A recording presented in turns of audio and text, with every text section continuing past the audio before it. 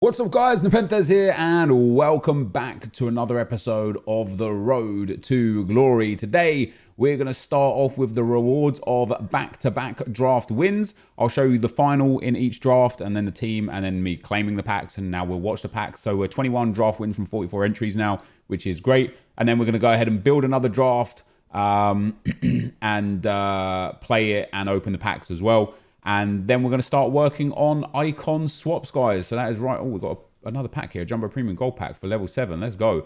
Yeah, icon swaps are here. Bit of an interesting one this time around. European Cup, bit difficult. 11 UCL players. A full Brazilian squad. Bit weird that they did that. 11 first owned players, which is going to be absolutely fine for me. And then they went back to Premier League, La Liga, Serie A, Bundesliga, and League One. But they added a game. You now need to win 4 instead of 3, which I don't think is necessarily valuable. We're going to start working towards those. I kind of want to get Ian right as quick as possible. I want to get him in for this weekend league. So we're going to start grinding towards him, which is pretty cool. So in terms of the rewards, guys, I've got 2 gold packs and 2 25k packs from winning one draft. I got another 25k pack and a mega pack from winning the other draft. And then we've got this Jumbo Premium Gold Pack. So I'm going to open these now just because there are certain players that have spiked in price because of the marquee matchups, because of the objectives for icon swaps. And of course, if I can get any good first owner cards or any blue cards right now, they'd be quite useful. In fact, this guy has probably gone quite expensive. Oh, he hasn't. 1.6k. This is an untradeable pack anyway. But yeah, the Liga MX, the Liga NOS, and such, those kind of players, they're just going to come in super handy for me right now. Well, for any of you guys right now, because you're going to need them if you want to get the icon swaps done. And of course, the one of the objectives is to win on Legendary with 11 championship players squad battles, which I think is crazy. I don't know why EA are doing something like that, but that's where we're at with it. So I'm going to do a video over on the main channel tomorrow. Well, actually today by the time you're watching this. Look at that. Let's go. Yeah, by tomorrow by the time you're watching this. Look at how many players are in that pack on how to beat the AI on Legendary. I didn't do the video this year. I usually do it at the start of every year since squad battles have been evolved. But it's the same as previous years. Maybe those videos are going to pick up in views as well. Who knows? But there's a few like little tips and techniques that we can offer that will help you guys out a lot. Now, really, really happy with the rewards I got as well. I know the 2 5k packs isn't necessarily like unbelievable as far as reward sets goes, but 3 25k packs and a mega pack. That's not bad. We're guaranteed to make our profit back off of all of these because of the sheer volume of items. Hopefully we can get boards or walkouts. We have got a board out of the first one. It's not going to be a walkout. Who's it going to be? It's a Spanish board. It's a cam. Oh God, it's going to be the 83. Sarabia wouldn't be too bad. Yeah, there you go. Sarabia's not too bad at all. He goes for about 2.5k, but we'll reuse him in PSG's SBC. We've got Leo Matos at right back here. I'm going to hold on to him because he's Brazilian. So for the time being, until I've done all of my objectives, I'm just going to hold on to these players until I need them, until I'm finished with them. Obviously, lots of first owners. I would appreciate as many Champions League cards to come out as possible. Is this going to be a board as well? No, it's not. No board out of the 25k pack there. But like I say, in terms of the draft, you know, we're going to make profit off of these no matter what. No blue cards there either. Lasagna coming in for our duplicate. And next up, damn, people are showing, oh my God, the Liga NOS Manager League has gone up to like 1,500 coins. If you invested in those at 150 coins, you could have made so much profit. Oh man, I'm regretting some of my own decisions now with things that I didn't look into. But here we go with our next 25k pack. No board or walkout out of this one. So it is looking that we're just going to get the profit mainly from selling. Oh, there you go. We get Champions. Oh, he's I know, Ukrainian league. He's kind of irrelevant. Dos Santos could be worth a little bit. No, Mexican league though for me, which is nice. Some Italian league and French league cards there, which we'll be able to use. I'm just going to pop these guys up for 2 ticks. Yeah, I've gutted in myself to not think about getting manager leagues. You know, I had a feeling that we were going to get minor league requirements because of what we had last time, and completely missed the opportunity. But here we go, guys. Before we get into building another draft, we've got our mega pack from our second draft here today. Are we going to get a board or a walkout? Yes, we are. It's a walkout. Come on, EA, man. Let's go. Portugal. Right wing again. Every time. I've been baited so many times. From my last 4 drafts, we got Di Maria instead of Messi. We got Lacazette instead of Mbappe. And we just got Bernardo Silva instead of Ronaldo. How unlucky is that? Still pretty good though. Nice big 87 rated walkout. An 84 and an 83 in there as well. Like, again, we made profit, right? We made some good, clean profit there. Is Hulk selling for a bit as well because he's Brazilian? Not really. Like 1,500 coins. Yeah, we made some profit, that's for sure. But that's quite frustrating, man. Oh, could you imagine if we hit Ronaldo? Oh, we got Hunter Chem style. Let's go, man. That's really, really nice. So 5k coins in that as well. Wow, they seem to not be extinct right now. I wonder why that is. Oh, because Hunter and Shadows are in weekly objectives. And then Volland, who is going for a little bit of coins, we'll sell him on. So yeah, generally speaking, again, nice set of draft rewards. Let's get in and build another draft. All right, guys, so here we go into the draft. Let's hope we get a good formation to start with, which we do. The 4-1-2-1-2 wide is nice. I actually won the draft with the 4-3-2-1 last time. Oh, it's over. I genuinely don't think I've ever lost a draft when I've had Pele in my squad. If we could just get a Ronaldo or a Messi as well now. What do we take here? Let me take Lacazette because Mbappe left wing or Mbappe striker would link to him. Werner the Burner inform. We'll pop him in as well. This is a good start to the draft. That attack already is good enough for me to just know that I can win this draft. And then we get Bernard. This will be the first time I've ever used that Bernard card. So I'm excited about that. And any road to the final cards we can get as well. Oh, there we go. Would be nice. And he even links to Werner. Werner doesn't get the perfect chemistry. Neither does Lacazette. But both my right mid, left mid there getting some nice links. And then in at CDM, could take Fabinho. Obviously, strong link, which is great. Could take Kante, but Kante does have a road to the final card. So we're going to take Fabinho. Somebody had said to me as well, mentioned to me, to take the goalkeeper reserve first. So let's take Courtois. And then take the other goalkeeper next. So if you get a silver, you know what defenders to go with. Or if you get a dead goalkeeper, you know what defenders to go with. So we're going to go La Liga going forwards. Otherwise, we're going to have to go for Belgian or Spanish. Now, if we get a Carlos Puyol or a Zanetti at left back, that will help us a lot. So there you go. Like Titi would be ideal, really. But I'm actually going to take Van Dijk because he strong links into Fabinho there. And then if we can just get Robertson here at left back, we can't. But Cresswell will do okay for now. He'll do okay for now. So we do just need... I do need a La Liga centre-back or an icon here. There we go. Sergio Ramos is absolutely perfect. We can pop Courtois in there. And already, guys, my first 11 players, I would say that this is a spectacular draft. Trent with a shadow gets that English link. You know what? That's who I'm going to take. Because then we can put Van Dijk the other side and get a little bit more chemistry. So then it's just Ramos and Cresswell off chem. And the amount of times that Marcelo or Jordi Alba pop up is high. That is a phenomenal first draft. For just picking the first 11, that is absolutely spectacular. Come on, give me the... we could take Joel Matip, but then Courtois loses out, so we can't take Joel Matip. We could take Bartra, pop him at left back, give Varane full chem. Or we could take Traore, play him at right back. No, I'm going to take Bartra for now. We're going to see how it goes. I mean, I get more chem by playing him at left back. Only 2 more chem, mind you, but we do get a little bit more chem by playing him there. And then next up, we have got Javier Zanetti. Zanetti was obviously like ideal because he's an icon, but Marcelo actually gives full chemistry. So we're going to pop Marcelo in there instead.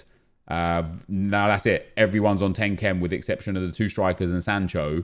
For that to happen, we would need to get a Premier League striker to link Lacazette, or a who we take? Let's take James there, or like a Dortmund striker to link Sancho.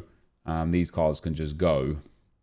Let's pop him in. I'm excited about this draft. I feel like we've got a good chance again of going deep into the draft with this player set. I'm going to take Sterling here over Mane, just in case we can get road to the final Mane. And then, of course, if we can get ourselves another Premier League striker, we can go full Premier League down that right-hand side. Although I wouldn't mind using road to the final Sancho either. What have we got here? Di Maria, Parejo, Banega, Rodriguez, and Dumfries. We'll take that Di Maria as a good sub there. Got a couple of good subs. Not that I would make too many subs with the team that I've got, because I do like who I'm rolling with there. We don't really care about those players. None of them are going to get into our team. Next up, we got, ooh, there is that Kylian Mbappe. We can't fit him at left wing anymore, but he'll be a good sub to have on the bench. Very nice indeed. 3 more picks to go. Another superstar wouldn't go amiss. A Messi or a Ronaldo would be super, super nice here. Let's see if we can get anything good. Well, there you go. Ask and you shall receive. We get ourselves Lionel Messi. He can go on to the squad there. And he'll come on as a sub for Werner or Lacazette. And then last but not least, we're going to get, Ousmane Dembele. Let's go, man. We'll pop him onto the bench as well. This is going to be another big draft. Is this going to be another 189? No. I've got a 189, however, now. But that is a great first squad. We've then got Messi, Dembele, and Mbappe to bring on for anyone up front other than Pele, really. Sancho, Bernard, Lacazette, and Werner all got the chances to come out. That is the draft. Let's go and get into the gameplay. I'm actually going to come back first live with the packs, and then we'll get into the gameplay. Let's hope that I can give you guys some decent packs before we go into the game. So I will be right back. All right, so as promised, I was going to go and play the draft. I won the draft again, guys. My draft record is getting crazy. I also decided to sell Mbappe and Neymar, guys. I took a fair... If I'd have sold them in yesterday's video when I was talking about selling them and how much I would have lost and stuff, they both went down like another 50k each in that meantime. So I lost it a little bit more, but I've got a lot of plans with the coins. We're hopefully going to make a whole bunch of profit over the Wednesday, Thursday flip. That's the idea. In terms of the draft, we've already built the draft, built that with you guys here. The draft played fantastic. Pele is just so good in this game. He just carries me through drafts. This was a change that got made pretty early on in most games. Messi into that cam spot, Pele up front, and Werner up there on that right-hand side spot. And then for a lot of games, Werner came off and Mbappe came on. And then for some of the games, Sterling actually came on. I don't know why I didn't bring Dembele on, but that's kind of how the team looked towards the back end. So another draft win now, guys. If I do manage to win the next draft, that will put us to a 50% win rate, which is crazy. I'm really enjoying playing drafts right now. We've got a really, really good record. Let's see what we get for these final set of pack rewards before we get into gameplay and icon swaps. Yo, King Reed, thank you for the 100, man. That's only the second time, though, that we've got this reward. So whatever, man. You know, you get what you get. You don't get upset. But you just try your best, you know. You just do what you can. And you just hope that the things that you get in there are actually worth something. And that's about it, really. Let's see if these guys... he's not really worth that much. We're only looking to make 15k back, you know. So with the amount of items that we'll get, we should be all right. You know, it's probably like 4 or 5k in that pack right there. Just because of the fact that there's 4 players. So 2 rare gold packs. Let's see if we can have any luck here. We do get a border or walkout, guys. Come on. It's a walkout. Come on. Spanish. Goal kick. De Gea. Let's go. Come on, man. He's what, like 15k, 14k? Let's go, man. We got Oblak yesterday. We got Lacazette yesterday. We get David De Gea. Let's go, man. See what I mean? This is the best. How much is he selling for? Look at that. 35k-ish, maybe 38k. That's more profit on profit on profit. The draft is just where it's at, lads. Roa Kungoa. I see it's just rhyming in that. CDM to centre mid card. What are they, like 1,200, 1,500 coins? Yeah, something like that. That's not too bad. I'll sell that for a little bit extra. De Gea, I'll hold on to for the time being. And Doumbia as well, both for the objectives for icon swaps. And then we get a rare gold pack. So rare gold pack number 2. I'm probably not going to get boards again. Haven't got boards again. But that's okay. David De Gea is fantastic. I'm very, very happy with that. Martinez is not bad, is he? He's not worth anything, but he's not bad first owner. Van der Beek, not really worth anything either. Centre forward to striker cards okay as well. I think they're like, what, 2k, something like that? Oh, they've gone down. They did go up for a lot, but other than that, yeah, there you go. So another draft. Well, that's 3 sets of drafts there, guys. And some good profit made over the set of them. Now it's time to build a team and start getting into some icon swaps. So I will be right back.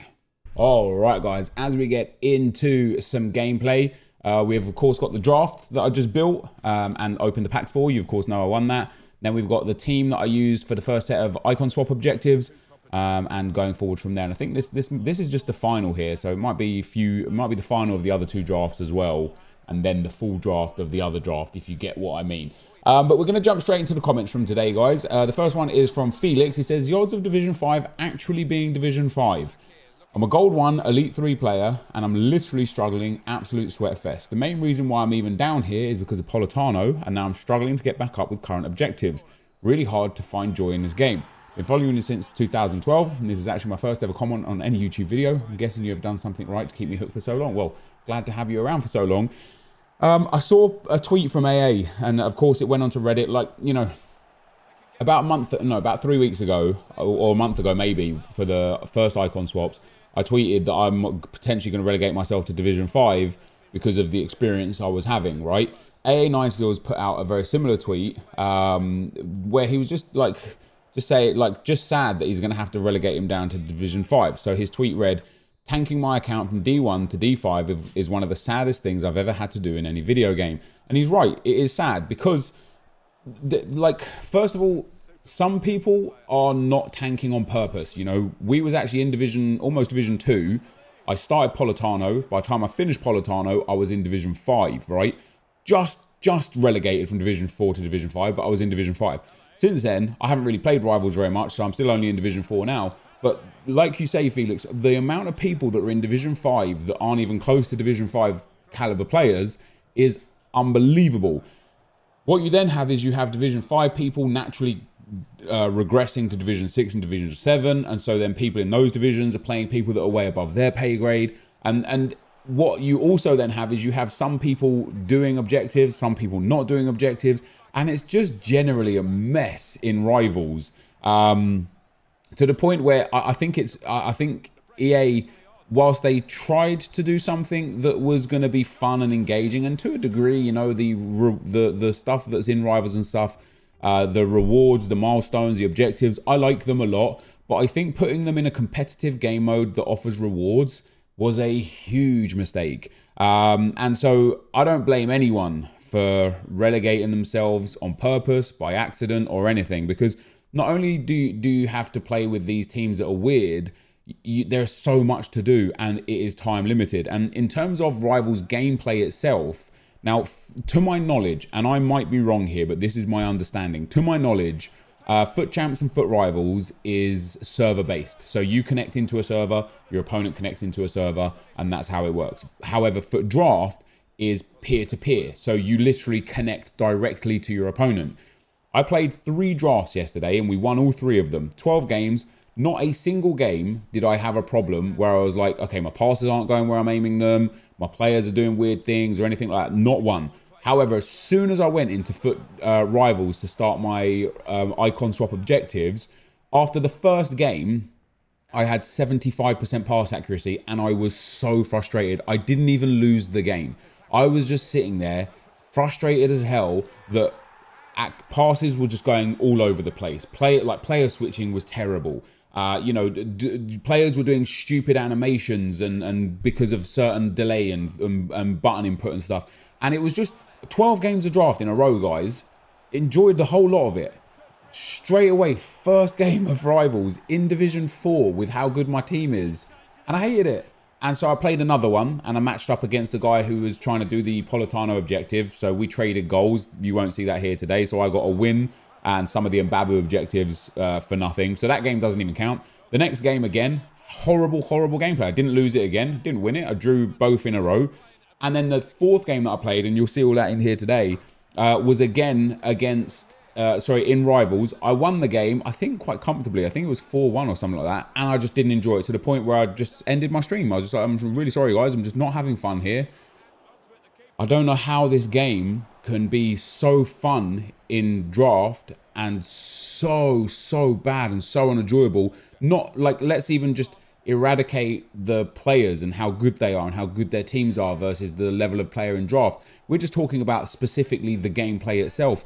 I don't know how we can go from enjoying games left, right and center to just hating the game, even though it's supposed to be the same game. And so, yeah, it's tough, man. It's tough. It's really tough right now because Rivals is just an absolute mess. You've got people in Division 1 purposely relegating, accidentally relegating, and it just has a massive knock-on effect where it's just influencing everybody's experience, which is not cool.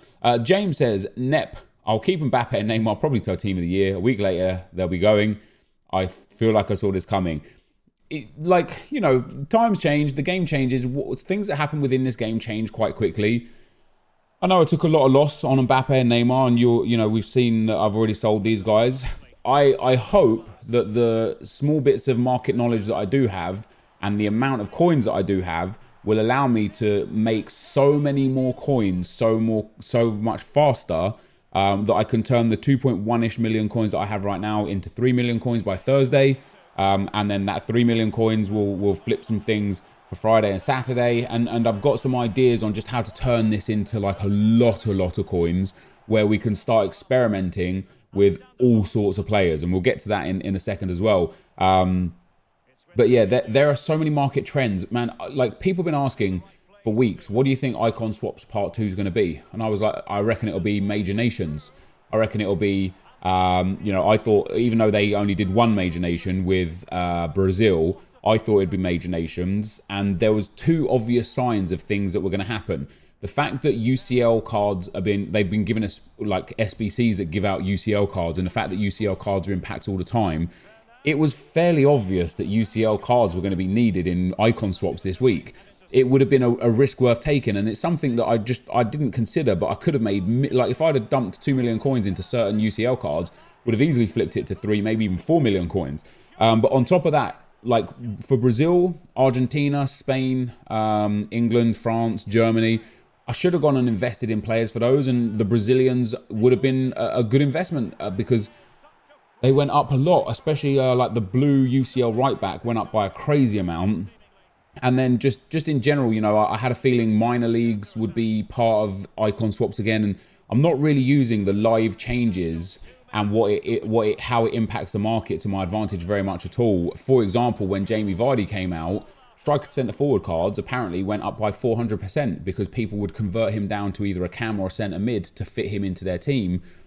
Why didn't I see that coming? I knew, again, for the same, like when the Bundesliga Player of the Month comes, probably today, actually, by the time you're watching this video, if not very soon, whoever that is, straight away, just go and buy the position modifiers that make sense for them. Go and buy the chem styles that make sense for them, because it's likely that, let's say it's Gnabry at right mid, right? People are going to go and get like snipers or maybe hunters or hawks or engines for Gnabry. So those chem styles, even if they only go up 30 or 40%, if you have 100, 150, 200,000 coins invested in them, that's going to make you 30, 40, 50, maybe 60,000 coins. And it's easy when you've got a big coin balance. So I'm hoping to use my knowledge of how to manipulate the market to generate a lot of coins from this 2 million. And in the meantime, I am so happy just playing drafts, completing objectives and grinding champs to wherever we go to. And then eventually, I'm sure I'll get Neymar and Mbappe back. Liam says, hey, Nate, could you please show us how you do the league SBCs, like the methods and the type of thing? Love the videos as always. I'm not really doing anything special right now, man. I'm just seeing, like with the Chinese league, once I had about 6 or 7 players of every team, I just bought the rest of them and done that. I got the Chinese league players from doing a lot of bronze packs and such. I haven't really done anything in the Bundesliga. I don't even think I've done one team in the Bundesliga, and I've only done like 2 or 3 teams in the French league as well. So right now, like league SBC grinding is really low on the radar for what I should be and want to be doing in terms of putting time and effort in, because the grind aspect isn't really viable just yet. So we'll focus more on that when the time is right, and I'll let you guys know about that. NXN says, NepentheZ had a thought. What's the point of trading and grinding coins to only play to gold 3 in champs? Like last year's Road to Glory, if you only play to gold 3, it's pointless getting millions of coins to not push yourself to your best level. Love the content, thanks for the grind. Well, that depends on what you want to do with your time, with your coins, and what you consider fun, right? For me, if we can get 4, 5, 6, 7 million coins, doesn't matter if I finish gold 3, elite 1, top 100. The enjoyment will come from being able to play with and experience players that I've not used before. So whether that's using, say, Icon Ronaldo or Icon Ronaldinho or Patrick Vieira or Ruud Gullit or Zambrotta or, you know, Carlos Alberto, these new icons, whether it's getting this guy on the ball right now, Pele, he is my favorite player in the game this year. I've only ever used him in draft. He's obviously crazy expensive in the market.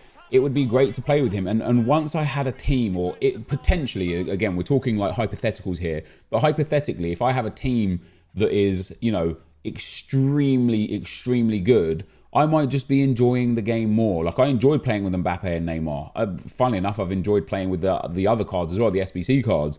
But yeah, the bottom line is I just want to play with a lot of different players. And again, that's funnily enough why draft is just really enjoyable right now. We're getting to use road to the final cards that we just can't afford or would take big losses on. We're getting to try new formations. We're getting to use icons. You know, we've used Desai, Zanetti, Carlos Puyol, who is brilliant, by the way.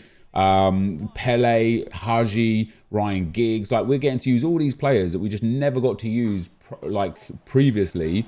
And that's, for me, a lot of fun.